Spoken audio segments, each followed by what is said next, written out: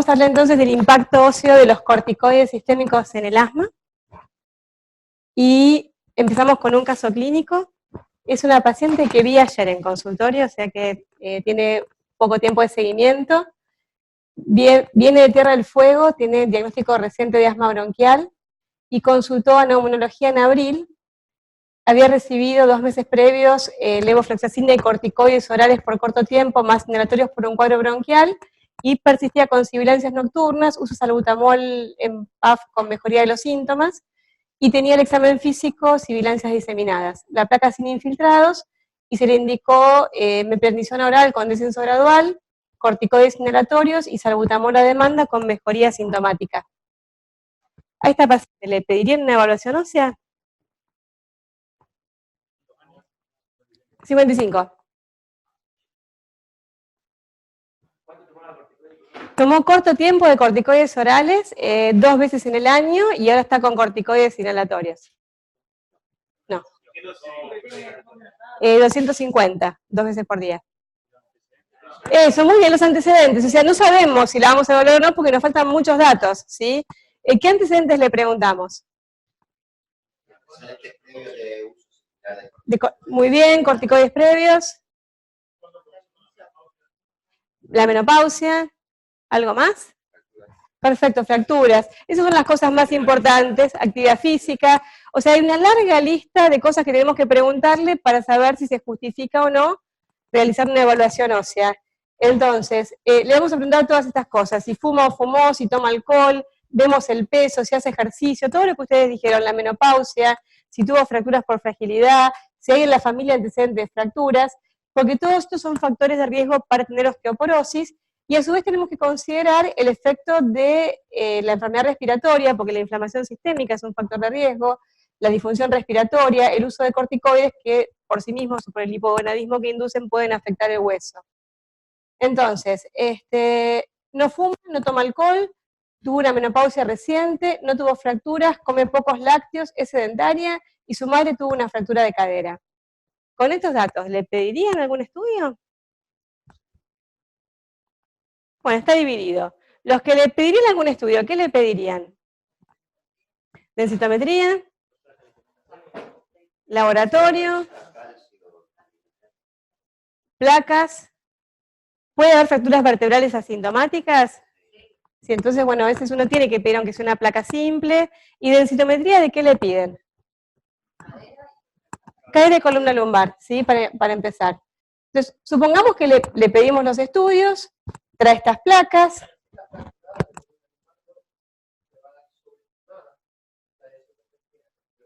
Ahora lo vemos, o sea, en general una primera densitometría la hacemos porque aunque haya alguna fractura puede ser que tengamos áreas para evaluar. Después, si tiene fractura del 1 al E4, como dice Sergio, la densitometría es areal, mide gramos por centímetro cuadrado. La fractura disminuye el área, con lo cual aumenta falsamente la densidad. Entonces, si tenemos una densitometría con toda la columna fracturada, capaz la pedimos una vez y no la repetimos más, porque no nos va a dar ninguna información. Pero bueno, a veces una vez la hacemos, y después en base a eso el seguimiento será en función de los resultados que tengamos. ¿Y acá en la placa hay algo que le llame la atención?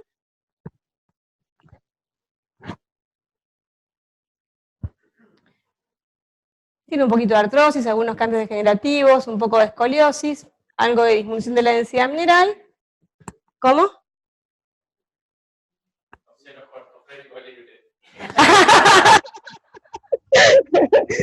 Importante, importante. La escoliosis, bueno. Y le pedimos la densitometría y se olvidó de traerles el informe, ¿qué les parece? A ver, ¿qué miramos de toda esta jungla de números que tiene ahí el informe? Solamente el informe. Bueno,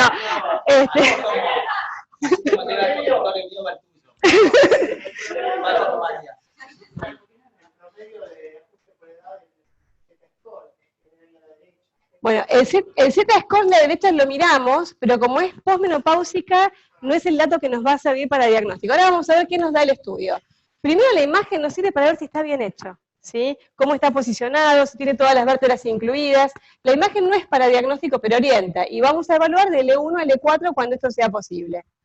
Entonces acá tenemos el valor del promedio del L1 y L4, que es lo que en general intentamos considerar, y este es el dato de la paciente en gramos por centímetro cuadrado. Después tenemos un porcentaje que es el porcentaje con respecto al adulto joven normal, y en base a estos datos se calcula un score que es el T-score, que compara cuán desviado está el resultado de nuestra paciente con población adulta joven sana, ¿sí? Entonces, para diagnosticar osteoporosis, osteopenia en base a densitometría por los criterios de la Organización Mundial de la Salud, en mujeres posmenopáusicas, hombres mayores de 50, usamos el T-score, después vamos a ver el umbral. En chicos en crecimiento, no podemos compararlo con un adulto que ya creció porque no alcanzó el pico de masa ósea, entonces, menopausia o hombres menores de 50, el diagnóstico es en base al Z-score. Pero por más que el Z-score no lo usemos para diagnóstico después de la menopausia, siempre lo miramos. Porque si le da muy bajo, consideramos muy bajo cuando es por abajo de -2, eso quiere decir que algo le pasó a esa persona que comparado con alguien de su edad, sexo y peso, tiene un valor muy disminuido.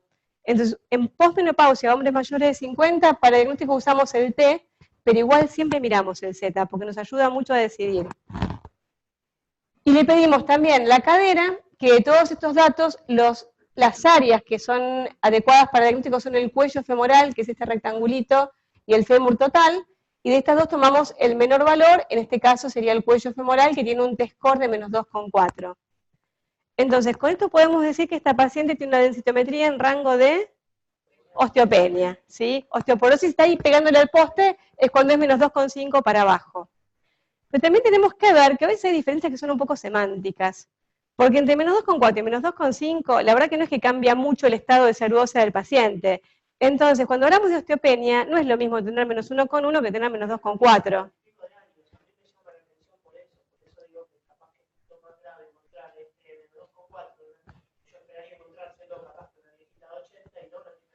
Por eso, muy bien, es una mujer joven, tiene capaz una carga genética, un padre con fractura de cadera es un factor de riesgo, y tiene una densitometría con osteopenia, pero además tenía una previa, y bajó un 10% en la columna y un 6 y 3% en cuello femoral y fémur total. Con lo cual, esto es algo que también nos tiene que alertar, ¿sí? No solamente tiene osteopenia, sino que viene perdiendo masa ósea, y estos números son muy significativos. El cambio significativo mínimo para columna y cadera está entre 2 y 3% según el centro, y 10% es una enorme pérdida. ¿Por qué piensan que perdió más en la columna que en la cadera? Son preguntas para endocrinólogo, pero el peso carga en la cadera, o sea, que si hubiera bajado de peso, no sería la explicación. En la columna, el hueso predominante es el trabecular, que es el más metabólicamente activo, con lo cual es donde vemos cambios más rápidos por la menopausia, por los corticoides, con lo cual en gente joven que no tenga mucha artrosis, que no tenga fracturas, a veces los cambios los vamos a ver más en la columna que en la cadera, ¿sí? Que tiene predominio hueso trabecular. Por eso pedimos las dos áreas, pedimos columna y pedimos cadera, porque puede haber alguna diferencia en la evolución según el área que estemos evaluando. Entonces tenemos una paciente que tiene asma, que usa corticoides inhalatorios, que está expuesta en forma intermitente a corticoides orales, que tiene osteopenia y bajó la densidad mineral, que no tiene fracturas, pero le pedimos un laboratorio y encontramos esto. Tiene calcemia normal, fosfatasa alcalina normal, una PTH elevada, una vitamina D disminuida, y BCT, que es un marcador de resorción ósea, es un pedacito de la molécula de colágeno, que es la proteína más abundante del hueso. Cuando hay degradación de hueso se libera circulación, lo podemos medir, y este valor le da alto. Y la calciuria es normal. ¿Qué les parece? Muy bien. Tiene una deficiencia de vitamina D, y lo más probable es que la PTH esté elevada por eso. La prioridad del cuerpo no son los huesos, la prioridad del cuerpo es que el calcio en sangre esté bien, el calcio lo usa el cerebro, los músculos, el corazón. Falta vitamina D o falta ingesta de calcio, menor absorción en el intestino, aumenta el aparato hormonal que lo saca del hueso. Y tenemos un marcador de resolución alto que puede estar alto por la PTH o por la inflamación del asma, ¿sí? Entonces, tenemos una paciente que tiene osteopenia, que tiene un descenso de la densidad mineral y que tiene un hiperparatiroidismo secundario. ¿Y qué hacemos con esto? Le damos vitamina D. ¿Ustedes indican vitamina D habitualmente a sus pacientes? Sí. Entonces, tenemos descenso de la absorción de calcio por falta de vitamina D, aumenta la PTH, aumenta la resorción ósea, hay retención renal de calcio y eliminación de fósforo, se estimula la 1-alfa-hidroxilasa que activa la vitamina D y favorece la absorción, y todo esto tiende a compensar, ¿sí? Entonces, tiene un hiperpara secundario, como bien dijeron, le vamos a dar calcio y vitamina D. ¿Le damos algo más? ¿Cómo? Y hay que por lo menos pensarlo, ¿sí? O sea, es una paciente que viene perdiendo masa ósea, habrá que ver si ese marcador se corrige al revertir el hiperparatiroidismo secundario y está en el límite. Yo personalmente le indicaría un bifosfonato, pero si ustedes miran las guías, capaz, según alguna guía, les puede quedar pegándole al poste, entonces ahí entra el criterio clínico, pero esta es una paciente que yo trataría, después vemos por qué. Perfecto, está muy bien pensado. Creo que de hecho están pedidos, pero tenía una magnesuria baja. La magnesuria baja a veces es un indicio de falta de absorción. Siempre hay que descartar todas las causas secundarias por más que ya tenga una. O sea, está bien, tiene la genética, el corticoide, hay que estar atento a todas las demás. Entonces, ¿qué pedimos? Hemograma, una rutina completa básicamente, marcadores de metabolismo mineral, PTH, vitamina D, TSH u otros según el contexto. Y los marcadores de remodelado que usamos, tenemos marcadores de formación ósea y marcadores de resorción. De los de formación, los que tenemos disponibles son la fosfatasa alcalina total y ósea y la osteocalcina, que en realidad es un marcador mixto porque es una proteína de la matriz que revela la acción del osteoblasto, por eso es de formación, pero cuando se degrada hueso se degrada matriz y también se libera.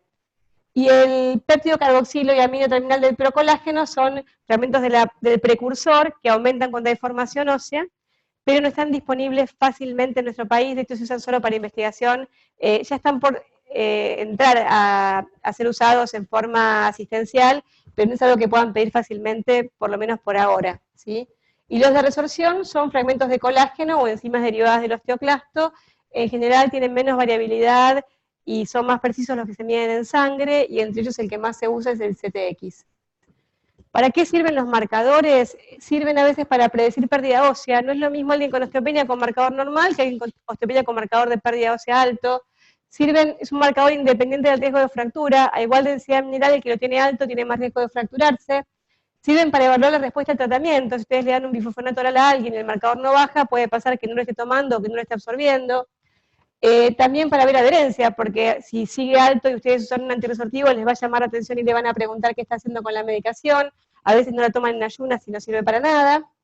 A veces sirve para decidir a qué paciente tratar. Si tiene marcador alto, uno a veces tiene más predisposición a tratarlo.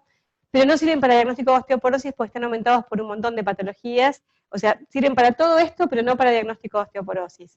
En osteoporosis pueden tener marcadores normales, altos o bajos. Sí, sí. Bueno, es buena la pregunta, la actividad física sirve toda la vida. Lo que hay que buscar es una actividad física adecuada para cada etapa. O sea, alguien con fractura vertebral no lo podés mandar a saltar, ¿sí? Pero la actividad física es tema para horas de charla, pero sirve a todas las edades, ayuda a prevenir la pérdida muscular y la pérdida ósea, disminuye el rank ligando y la esclerostina, tiene un montón de beneficios y a todas las edades sirve. Incluso fortalecer los paraespinales, disminuye el riesgo de fracturas vertebrales, o sea que a todas las edades algo van a encontrar que su paciente pueda hacer. Después vemos que sería lo más adecuado para cada edad, pero a todas las edades el ejercicio sirve. Entonces, conducta vimos, vitamina D indudable, buen aporte de calcio indudable, ejercicio indudable, y podemos considerar un antirresortivo, sobre todo porque viene perdiendo masa ósea, tiene un marcador de remodelado alto, y uno quiere que esta paciente preserve su microarquitectura, es joven, como decía Sergio, o sea que yo estaría inclinada a tratarla. Ahora tenemos otra paciente, una mujer joven con asma severa, que no les voy a contar toda la historia porque me llevaría toda la hora. Sergio la conoce, está Cushing por corticoides, tiene múltiples fracturas vertebrales y costales sin trauma previo, recibe suplemento de calcio y vitamina D, tiene calcemia, calciuria, función renal, marcadores de remodelado normales, una vitamina D adecuada y una PTH normal, pero tiene estas placas.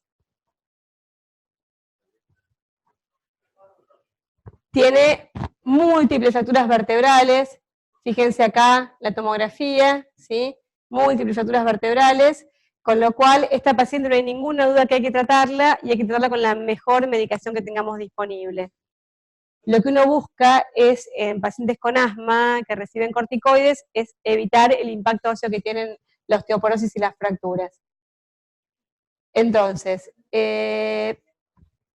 ¿cómo? La mayoría tienen deformidades, tienen hipoescoliosis, algo Y eso es importante porque se altera el equilibrio, la gente no camina igual cuando tiene cifosis, ahora vamos a ver el impacto en la función respiratoria.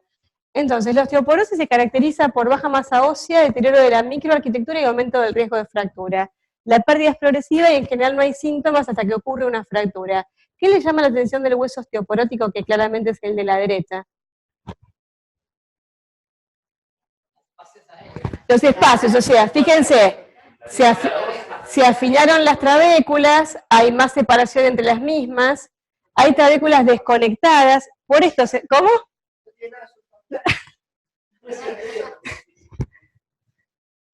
Y fíjense que las primeras trabéculas que se pierden son las que no cargan peso, entonces tienen más conservación de las verticales con pérdida de las horizontales, ¿sí? Y eso lo van a poder ver a veces en las radiografías.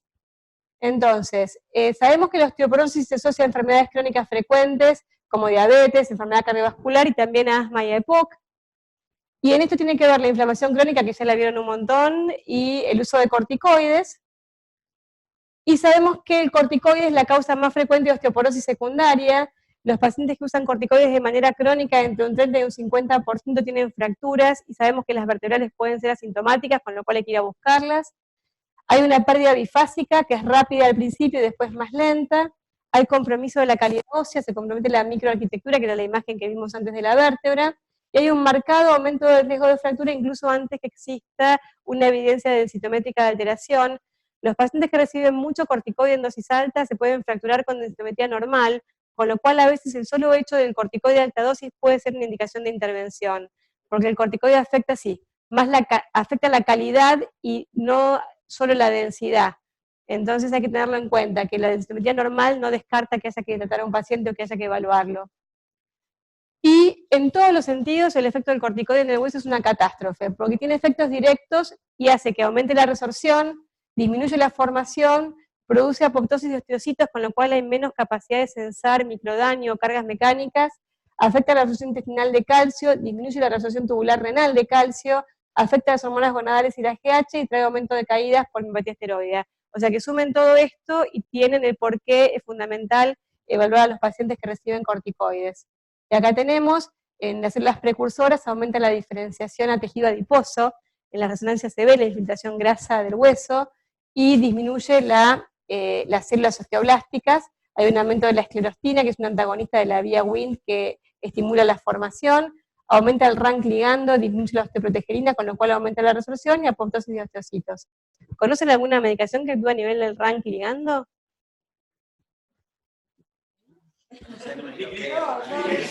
Veníamos bien, veníamos bien.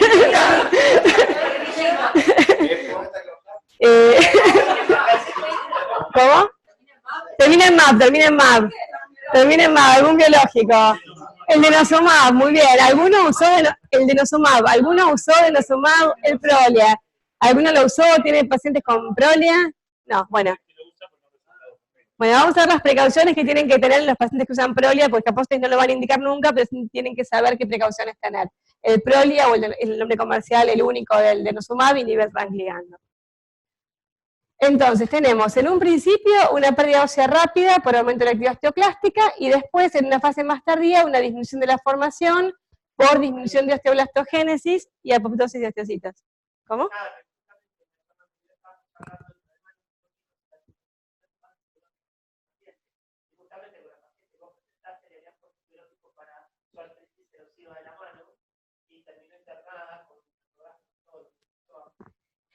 Es que yo no la volví a ver, Sergio. La paciente que yo les presenté, capaz es para otra vez, pero yo la vi una vez y no me la olvidé nunca más, porque catastrófico el efecto. Después nos ponemos al tanto de en qué anda ahora, pero sí.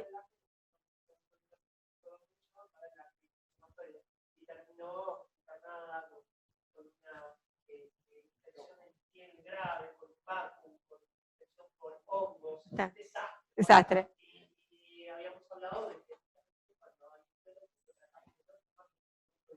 Eso es una conducta prudente, hay algunos que se pueden combinar, otros que no se sabe, pero con el denosumab hay otra precaución que después vamos a ver que es importante que ustedes conozcan, más allá de la interacción con los biológicos. Este es un trabajo que tiene 2 décadas, pero que difícilmente se ha superado porque tiene casi 500.000 de pacientes, Y después de esto no queda ninguna duda que el corticoide tiene efecto negativo y que aumenta el riesgo de fractura. Fíjense, 244.000 corticoides igual en grupo control. En todas las dosis aumenta el riesgo de fracturas vertebrales, incluso en dosis bajas, con lo cual no hay dosis segura de corticoide, y a mayor dosis, mayor riesgo. Eso sería el concepto.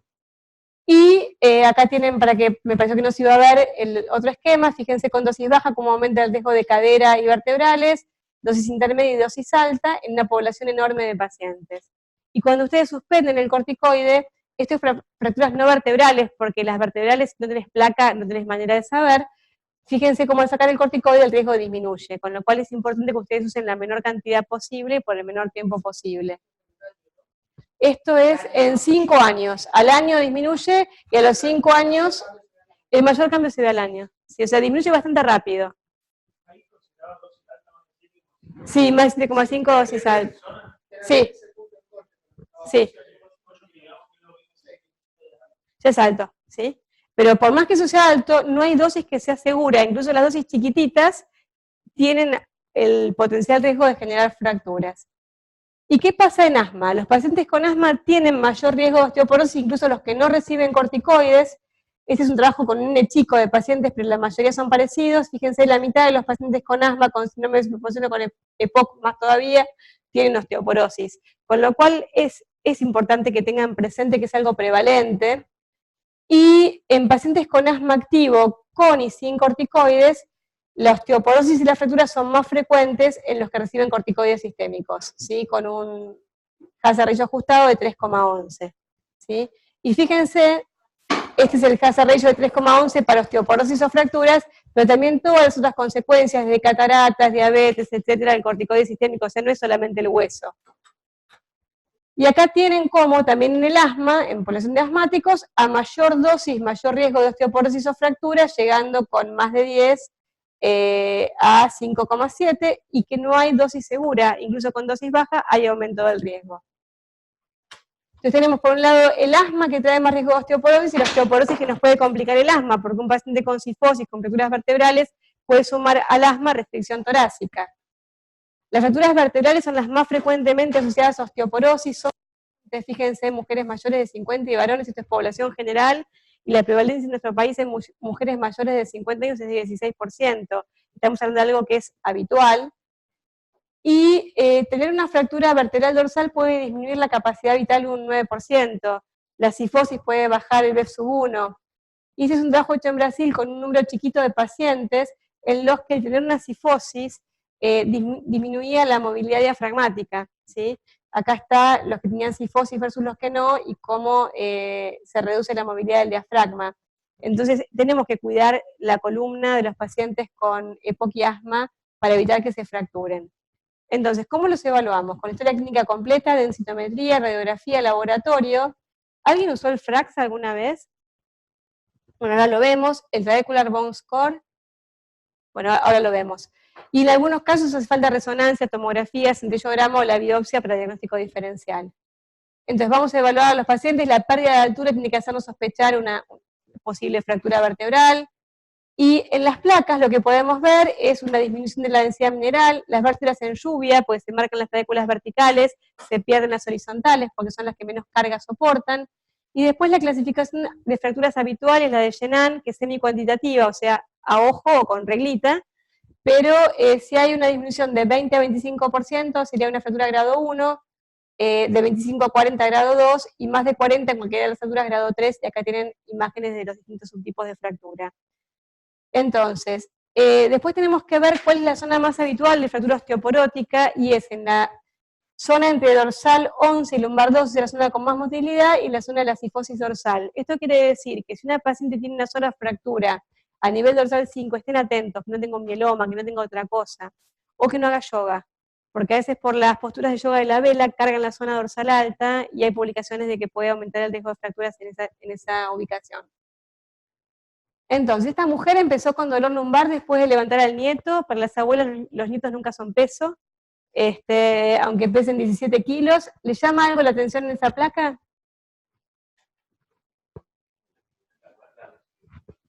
¿Cómo? Da la impresión que la quinta lumbar está aplastada. Muy bien, la 3, ¿sí? Acá la 3 tiene una fractura vertebral. Entonces tienen que mirarlo con atención, porque esto a veces puede pasar desapercibido.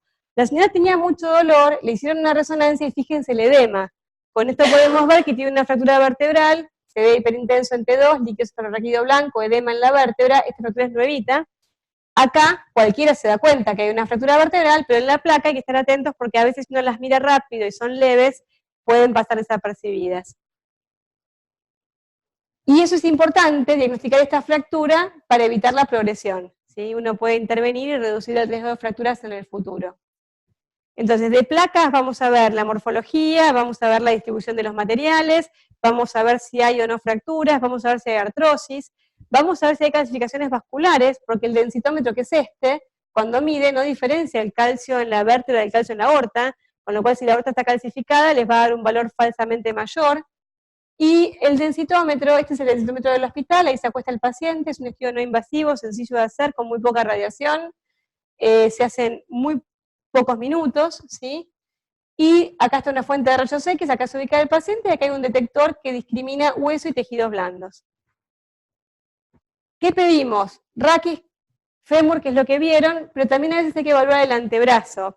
¿Cuándo evaluamos el antebrazo? Si tiene, por ejemplo, un reemplazo de cadera bilateral, no le pidan porque van a evaluar el metal que no sirve, o tiene una fijación de la columna, o muchas fracturas, o no entra en la camilla porque tiene mucho sobrepeso, obesidad, o tiene paratormona alta por un hiperparatiroidismo primario que afecta mucho el hueso cortical, que es el que predomina en el antebrazo.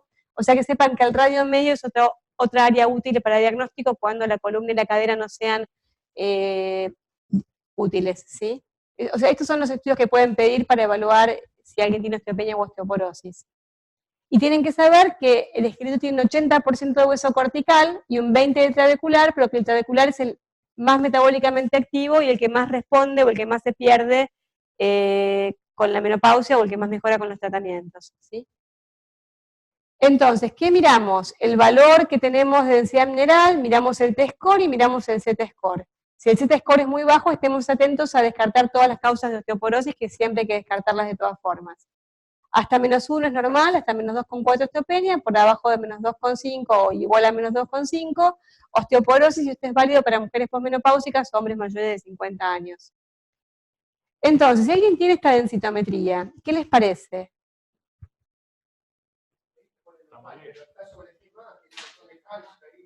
Muy bien, o sea que es un estudio que si lo pidieron una vez no lo repitan, porque lo único que van a hacer es ver cómo avanza la artrosis, ¿sí? Esta paciente tiene gigantes osteofitos, cambio degenerativo, la columna no nos sirve, ahí vamos a ir a la cadera o al antebrazo. Y en este caso, ¿qué les parece? Si ustedes ven el informe van a ver que le aumentó un 13% la densidad mineral, en el E1 y el E4. ¿Creen que esa mejoría es real? Acá el motivo por el cual tienen que mirar el estudio, porque fíjense, el E1 y el E2 está en rango osteoporosis, ¿sí? Y el E4 tiene esto acá, que es artrosis. Entonces, esta paciente también tiene artrosis, pero la densitometría casi no sirve, porque tiene dos vértebras que son evaluables. Entonces, que tenga artrosis no quiere decir que no le puedan pedir la densitometría, pero si les trae la primera, como vimos antes, no la pidan más. Si les trae esto, sepan que no hay que mirar el E1 y el E4, que hay que mirar el E1 y el E2, ¿sí? Siempre se pide al menos dos vértebras contiguas para diagnóstico, porque si no hay un hemangioma o hay alguna alteración local, con una sola vértebra puede ser un diagnóstico erróneo, siempre se piden al menos dos. Acá tenemos otra paciente, es una mujer de 73 años que tiene estos valores, -4 de T-score y -2,3, 73 años. ¿Cuál sería el diagnóstico en base a la densitometría? Osteoporosis. En el control, o sea, osteoporosis y con un Z muy bajito, pensamos en causa secundaria, y en el control les trae esto, aumentó un 12% y tiene -3,1. ¿Qué les parece?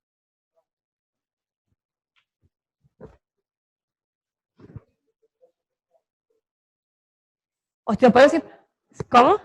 Muy bien, se aplastó una. Fíjense que todo el aumento es por la L1, que pasó de tener, a ver si vamos para atrás, pasó de tener 68%, aumentó un 40% solo la L1.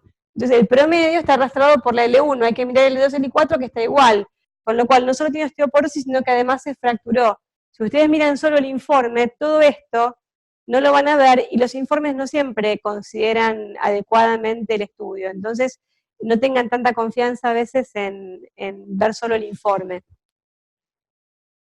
Y acá esta paciente, ¿qué les parece? ¿Cómo interpretan esta densitometría?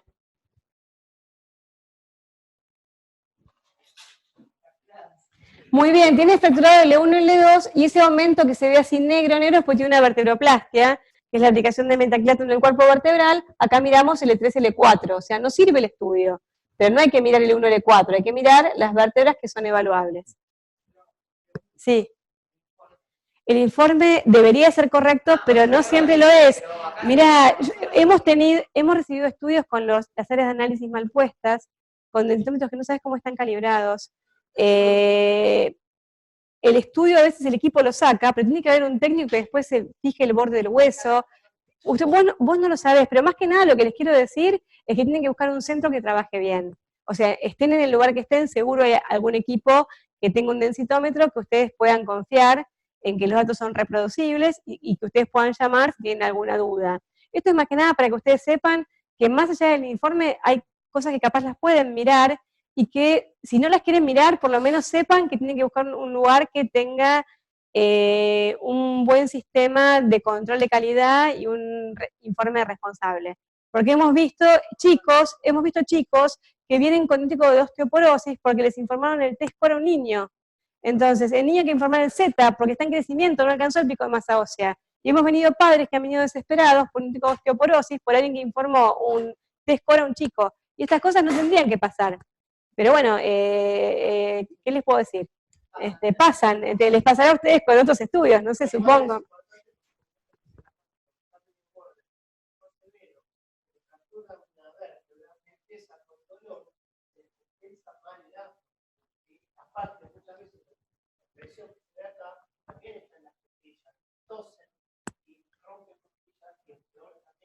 Por la tos o por un abrazo. Hay un artículo que se llamaba la fractura por exceso de amor. Entonces, bueno, ¿para qué sirve la densitometría? Para evaluar osteoporosis, riesgo de fractura y si hay ganancia o pérdida de masa ósea. Pero fíjense esto, cuanto más baja es la densidad mineral, más riesgo de fractura, pero la mayoría en rango de osteopenia. Entonces acá tenemos un problema. Con la densitometría sola no discriminamos quién tiene riesgo y quién no de fracturas.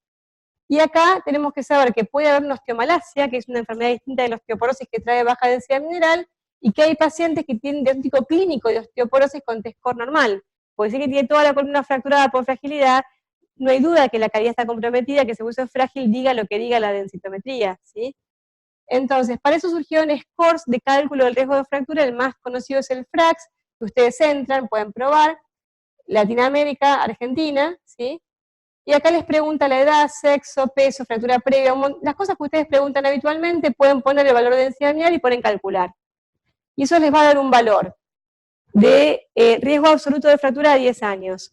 Entonces, esto es útil, pero tiene limitaciones. ¿Qué limitaciones tiene? Que es dicotómico. Fractura previa si no, y no es lo mismo 10 fracturas que una. Corticoides si no, y no es lo mismo 60 miligramos que 5, ¿sí? No considera marcadores de resorción, no considera caídas, con lo cual si bien es una herramienta que tiene alguna utilidad, también hay que usarla con criterio clínico. Considera causas secundarias de osteoporosis, pero no específicamente hipoquiasma, y el corticoide lo considera 5 miligramos por 3 meses. Ahora, si toma 80, el riesgo seguramente es mayor. Entonces acá ponen, por ejemplo, 80 años, fractura previa, sí, incluso sin densidad mineral, si ustedes no tuvieran acceso, lo pueden tratar, porque tiene un riesgo absoluto de fractura elevadísimo a 10 años, ¿sí? Entonces es una herramienta que se permite tratar a alguien sin contar con la densitometría. Y se considera riesgo alto, más de 20% de fracturas mayores a 10 años o más de 3% de fractura de cadera a 10 años. Ahora, como el corticoide puede estar en dosis más altas, hay que ajustarlo en pacientes con corticoides y hay que subirlo un 20% o un 15% si la dosis es alta, o sea, el FRAX hay que ajustarlo por corticoides. Esto es más que nada por si les suena o por si alguien se los menciona, no es que lo tengan que saber, pero... Y a su vez, por ejemplo, si acá ponen corticoides, fíjense que alguien con densitometría en rango osteopenia tiene un riesgo alto de fractura de cadera, con lo cual capaz les da alguna herramienta más para explicarle a alguien por qué tiene que hacer un tratamiento. Y el FRAX se puede ajustar por Trabecular Bone Score, que es un software que se agrega al densitómetro y que sirve para evaluar de manera indirecta la microarquitectura. Entonces, sabemos que la densidad mineral es una parte importante de la fortaleza ósea, pero no es la única. y que muchos pacientes se fracturan con densitometría normal o en rango de osteopenia. Se está intentando ver cómo está la microarquitectura, esas trabéculas que veíamos en la imagen inicial, cómo la podemos evaluar de manera no invasiva. Entonces, fíjense, entre esta vértebra y esta vértebra es como si miráramos este bosque desde arriba y este bosque. Claramente este bosque es más denso que este y esta vértebra tiene mejor microarquitectura que esta. Y esto hay un software que puede trasladarlo a una escala de grises con píxeles. Entonces ustedes pueden tener igual densidad mineral, porque esto es exactamente lo mismo, con esta vértebra o con esta. Y claramente es muy distinto tener esto que tener esto en el esqueleto, ¿sí? O tener esto que tener esto en el TBS, ¿sí? Y este variograma se puede traducir a un número que nos da un valor de trabecular bone score, que si está por abajo de 1200 habla de un deterioro de la microarquitectura, ¿sí? Entonces, ya no tenemos solo la densidad mineral. Si tenemos densito normal con TBS normal, vamos bien, pero si tenemos osteopenia con microarquitectura comprometida, ya no es lo mismo, ¿sí? Es como un semáforo que nos permite ver cuándo tenemos que estar atentos. ¿Qué pasa con los corticoides inhalatorios en el asma y el hueso? Hay motivos de controversia, hay algunos trabajos que mostraron cambios pequeños en la densidad mineral, pero la duda es si afectan la calidad. Y acá podemos ver en asma que a mayor edad y severidad del asma hay menor trabecular bone score, fíjense en no asmáticos, a mayor edad, menor trabecular bone score, y fíjense en el asma, activo, no severo, severo, como con mayor severidad y mayor cantidad de corticoides, capaz la densitometría no se afecta, pero sí se afecta la calidad ósea. Y acá fíjense cómo en los que no usan corticoides inhalatorios y los que sí lo usan, en el trabecular bone score hubo diferencias, mientras que en la densidad mineral no había cambios detectables. Bueno, ¿preguntas hasta acá? El tiempo de uso sí influye. A mayor dosis y a mayor tiempo, mayor riesgo de tener compromiso, no solo de la densidad. La densidad es lo que más fácilmente medimos, pero cada vez a futuro lo que vamos a querer medir es la calidad. Y para medir la calidad de manera no invasiva están desarrollando software que se agregan al densitómetro o al resonador también, para intentar ver la microarquitectura del hueso.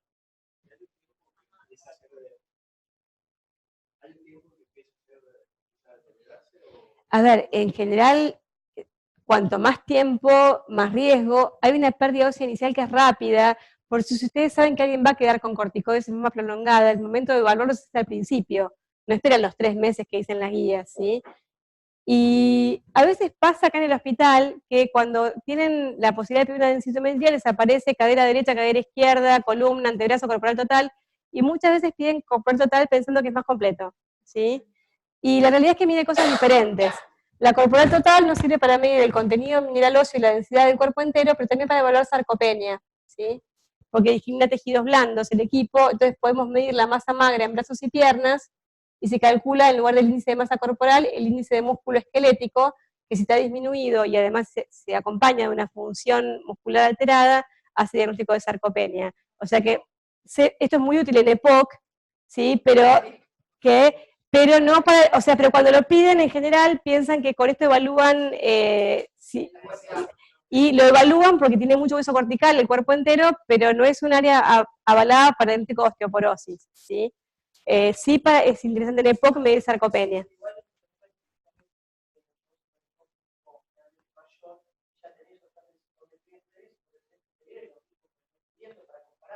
Sí, pero si vos... Eso es importante.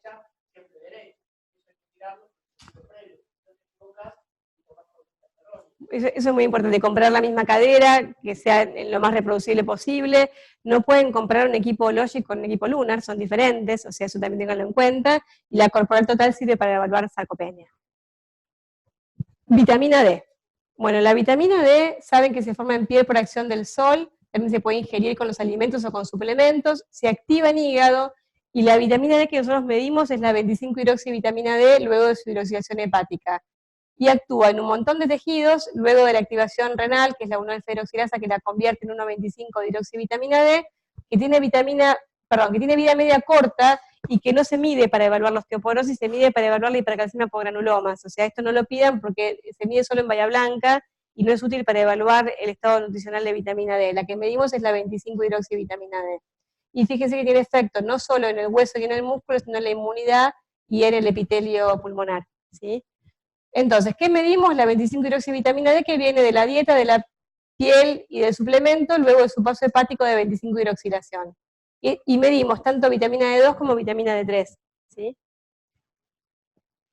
Sabemos que es muy frecuente la carencia, el valor deseable según distintas sociedades, eso, mayor de 30 nanogramos mililitro, mayor de 20, en general acá pensamos que lo ideal es tener mayor de 30, y la mayoría de la población adulta mayor de 65 años tiene valores menores de 20, con lo cual la carencia es muy frecuente, y si no la pueden medir están autorizados a suplementarlos directamente. Esto es en Argentina, adultos sanos mayores de 65 años, fíjense como en todas las latitudes, porque uno pensaba que en el sur iba a haber deficiencia y capaz en el norte estaban mejor. En todos, si bien en el sur están peor, como la paciente que vimos que era de Tierra del Fuego, los valores están por abajo de lo recomendado. Y en asma también, fíjense en asma, vitamina D media 13, edad media 66 años, menos de 20 el 89%, con lo cual si no la pueden medir, ustedes pueden dar un suplemento en dosis habituales, y es mejor eso que no hacer nada, porque la prevalencia de deficiencia es muy alta, en EPOC también. Y ahí se está preguntando ahora si es una utopía o es una realidad que con mejores valores de vitamina D podemos evitar exacerbaciones en el asma, y sabemos que la deficiencia es frecuente, hay estudios controvertidos, pero la vitamina D tiene efectos en la inmunidad que son muy favorables, porque induce péptidos antimicrobianos como la catericidina. Históricamente a la gente con tuberculosis se le mandaba a tomar sol. Los libros de antes era una terapéutica de la tuberculosis. Favorece la inmunidad innata, tiene acción antiinflamatoria a nivel de múltiples citoquinas. Y si ustedes se fijan, los gráficos de la vitamina D cada vez son más complicadas, las acciones inmunológicas, pero todas son antiinflamatorias, ¿sí? Y a su vez atenúan las moléculas de adhesión ICAM1 que es inducida por rinovirus y el receptor del factor activador plaquetario que favorece la adhesión de Streptococcus pneumoniae, con lo cual puede tener algún efecto benéfico en reducir infecciones. Y bueno, por todo este efecto en las moléculas de adhesión, las células presentadoras de antígeno, el linfocitos T, a nivel de las células epiteliales del pulmón, se cree que puede tener algún efecto favorable. Y este trabajo evaluó. Fue un estudio en 15 países con más de 10.000 pacientes, evaluó la vitamina D y encontró que redujo las exacerbaciones del asma en pacientes con corticoides sistémicos. Y lo que evaluaron que es interesante era que era mayor el impacto en los que tenían más bajo, porque ahora hay muchos trabajos que plantean que la vitamina D no sería útil, y no es útil en el que la tiene normal. Entonces, no podés evaluar la utilidad de la vitamina D si no tenés una deficiencia que justifique que vas a mejorar dando un suplemento. En los que tenían menos de 10, disminuyó más significativamente las infecciones respiratorias, y fue mejor dar dosis chiquitas diarias o semanales que los esquemas en bolo. En general a nosotros nos gustan más las dosis chiquitas diarias de vitamina D que las dosis grandes intermitentes. Bueno, ¿preguntas hasta acá? Entonces, ¿para qué tratamos la osteoporosis? Para disminuir las fracturas, mejorar la calidad de vida e intentar reducir la mortalidad. Sabemos que las fracturas traen importantes consecuencias, con lo cual la prevención primaria es fundamental, y para eso pedimos las placas, la densitometría, para intentar actuar antes de la fractura. Pero si ya se fracturó nuestro paciente, sabemos que tiene mucho riesgo de tener otras fracturas a futuro, ¿sí? Y la prevención secundaria hay que hacerla y nunca es tarde. O sea, siempre si un paciente tiene una expectativa de vida mayor a un año, el tratamiento a los 6 meses ya actúa reduciendo el riesgo, con lo cual que tenga edad avanzada no es un motivo para no tratarlo. Esta es nuestra población de pacientes del plan de salud del hospital, que se evaluó en pacientes con uso crónico de corticoides, cómo estábamos actuando en cuanto a medidas de prevención, y lo que vimos es que solamente un 26% tomaban bifosfonatos, y algunos también tomaban calcio y o vitamina D, con lo cual nuestra tasa de intervención en pacientes con corticoides es subóptima. Y acá tenemos alguna medida en 40% de los pacientes y en 60% de los fracturados, con lo cual hay un 40% de fracturados que no estamos tratando, y a su vez bifosfonatos, fíjense, incluso en pacientes con fracturas menos de la mitad. Esto es algo que tenemos que intentar revertir, porque es una población de mucho riesgo que tiene indicación de recibir evaluación y tratamiento. Como medidas generales, la menor dosis posible, considerar las vías menos agresivas, la actividad física, discontinuar tabaco y alcohol y prevenir caídas. Esto está aconsejado en todos los pacientes. Evaluar y tratar causas secundarias, aporte adecuado de calcio y vitamina D, sea por dieta o por suplementos. Fíjense, no son los lácteos los únicos que tienen vitamina D, también el brócoli, el pak choi, las almendras, el sésamo, o sea, buscar la manera de que lleguen con una dieta equilibrada, y que no todos los suplementos tienen la misma cantidad de calcio elemental. ¿Ustedes usan calcio habitualmente? ¿Y cuál calcio usan? Sí, ¿qué calcio le dan? Bueno, sí, esa es una buena opción porque el citrato de calcio, calcimax forte, el citrato lo usamos mucho porque constipa menos y porque no requiere medio ácido para absorberse, con lo cual, si su paciente toma omeprazol, van a absorber siempre mejor el citrato que el carbonato, ¿sí? Pero bueno, tienen que saber que, bueno, tienen distintas opciones y no todas tienen la misma cantidad de calcio, con lo cual si toman 1 gramo de calcio, pueden estar tomando, para 1 gramo de comprimido, pueden ser 100 miligramos si es gluconato o 400 si es carbonato, ¿sí? Y en nuestros pacientes con fractura de cadera, fíjense que con la dieta 15% llegaban al requerimiento, 85% tenían deficiencia de vitamina D y muchos hiperparas secundarios, con lo cual es algo muy frecuente la falta de aporte y es algo que hay que intentar también corregir. Vitamina D en caso de deficiencia damos dosis más altas, en caso de mantenimiento dosis menores, y tenemos esquemas intermitentes y diarios. ¿Ustedes cuál vitamina D usan? Bueno. ¿Cómo? Bueno, pero ahí tenés un problema, ¿sí? Vos sabés que la adherencia al calcio es menor que la adherencia a la vitamina D, porque la vitamina D es rica, se tolera bien, y el calcio no tanto. Con lo cual, si el paciente va a dejar de tomar algo, te va a dejar de tomar el calcio. Si vos le das las dos cosas juntas, es muy probable que la vitamina D no la reciba todos los días. Con lo cual, en general, en pacientes de alto riesgo tratamos de dar la vitamina D por separado, porque sabemos que la adherencia al calcio no es buena. Y más si toman muchos remedios, entonces, bueno, preferimos asegurarnos el aporte de vitamina D por separado. Y lo podemos usar con esquemas intermitentes o con esquemas diarios. Nosotros en general preferimos la dosis chiquita diaria, pero bueno, si el paciente se olvida o algo, la dosis intermitente también es útil. Sí. La vitamina D2, sí, fíjense que hay D2 y D3. Raquiferol hay D2 y D3. La D2 es ergocalciferol, la D3 es colecalciferol. La D2 tiene vida media corta, con lo cual no se puede dar con mucho intervalo, hay que darla diario o semanal. La D3 se puede dar con más intervalo, se puede dar mensual, bimestral o trimestral. O sea, es importante que usen algún esquema que a ustedes les resulte sencillo.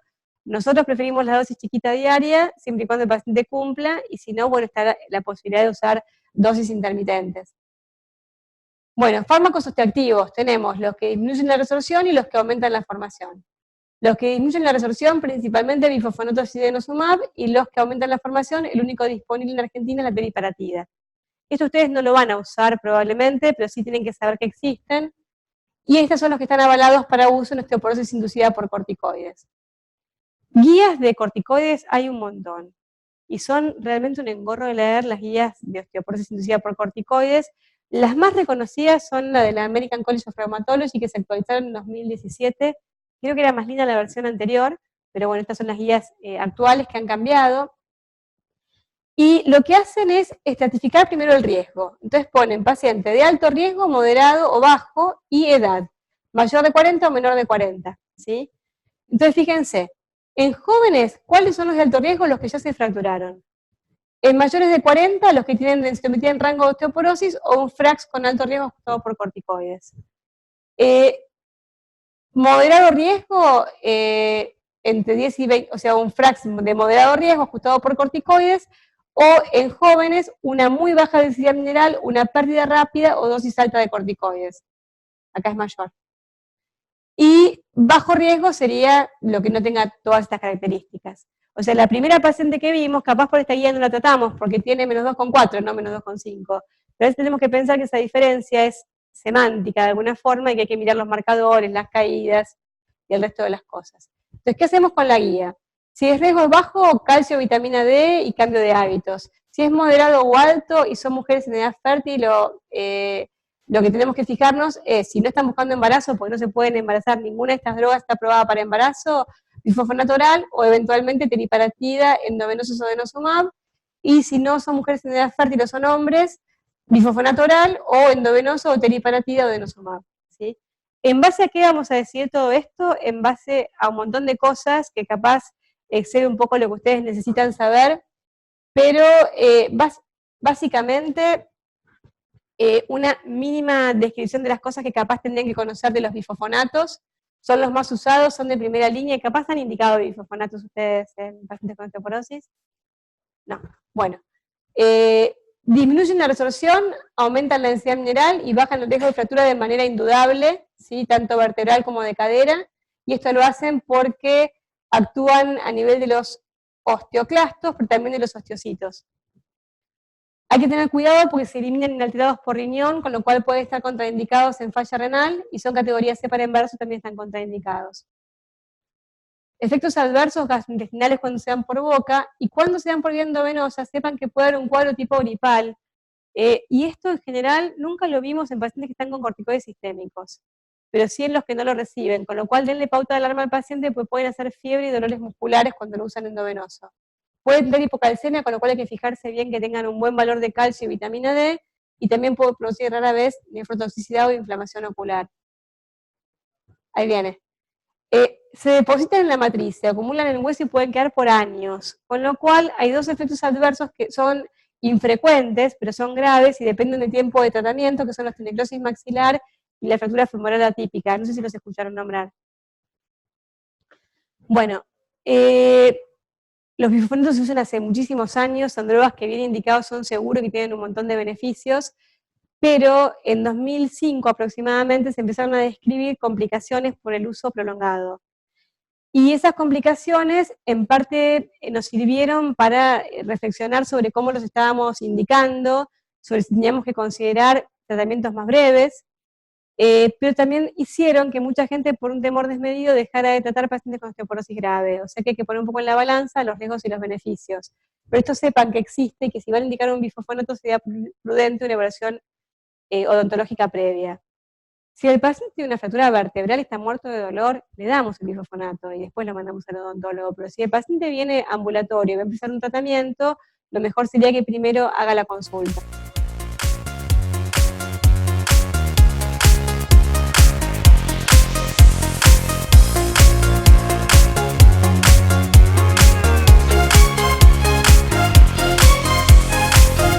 It's taken me, I have to go. I know there is nothing at all. It's taken me, I have to go. I know there is nothing at all.